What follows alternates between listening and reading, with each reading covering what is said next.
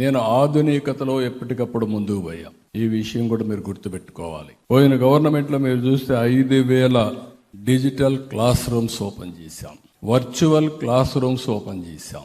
అవి కూడా ఒక మోడర్నైజేషన్తో మనం ముందుకు పోయే పరిస్థితికి వచ్చాం. అవసరమైతే ఒక 20 స్కూల్స్కి 15 స్కూల్స్కి సెంట్రలైజ్ చేసి అక్కడ ల్యాబ్ పెట్టి అక్కడి నుంచి టీచర్ మాట్లాడితే లోకల్గా క్లాసులో ఉండే టీచర్ సప్లిమెంట్ చేసే విధంగా బెస్ట్ టీచర్స్ అందరిని ఉపయోగించుకోవడానికి మనం ముందుకు పోయే పరిస్థితికి వచ్చాం.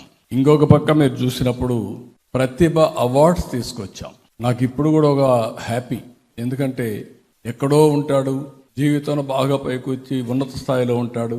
ఒక IAS IPS అయిన వాళ్ళు వచ్చి, సార్ మీరు ప్రతిభా అవార్డు పెట్టారు, ఆ ప్రతిభా అవార్డులో చదువుకొని నేను ఈ స్థాయికి వచ్చానని చెప్పినప్పుడు చాలా గర్వించగలుగుతున్నాను. ఆ రోజు నేను ఒక ప్రిన్సిపల్ తీసుకున్నాను.